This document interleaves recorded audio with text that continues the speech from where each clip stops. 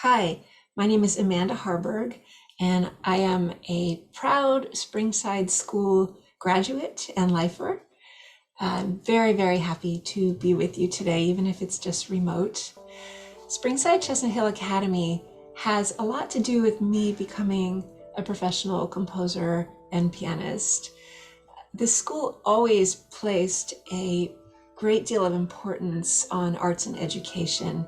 My teachers were always thinking outside of the box in how to engage multiple learning styles, which helped me enormously as a young student. My music classes were a constant source of inspiration and nurturing, whether it was Miss Kroll's lower school teaching us of rounds and recorder, or Mrs. Lauer in middle school leading us through the sixth grade operetta when we performed Alice in Wonderland, and I got to play the role of the White Rabbit, or Mrs. Habermel as the orchestra director, who encouraged me to try different instruments in the orchestra. So I played the flute in the orchestra, the viola, percussion, piano. I think perhaps my most influential music teacher was Mr. Hurdle, who taught me jazz piano in 8th grade, 9th grade, and 10th grade before he moved to Germany.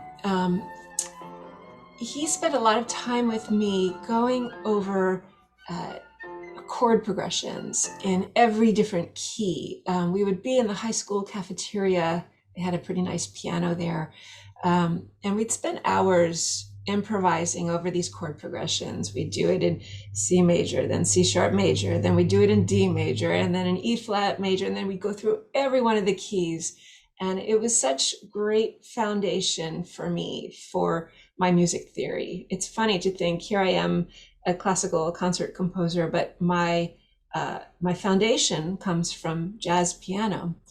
Um, Fast forward decades later, last year I had a musical dream come true when I got to work with the Philadelphia Orchestra.